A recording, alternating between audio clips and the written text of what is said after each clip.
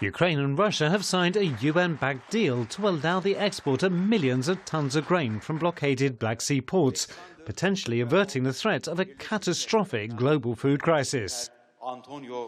According to UN officials, under the agreement struck between Kyiv and Moscow, a coalition of Turkish, Ukrainian and UN staff will monitor the loading of grain onto vessels in Ukrainian ports before navigating a pre-planned route through the Black Sea, which remains heavily mined by Ukrainian and Russian forces.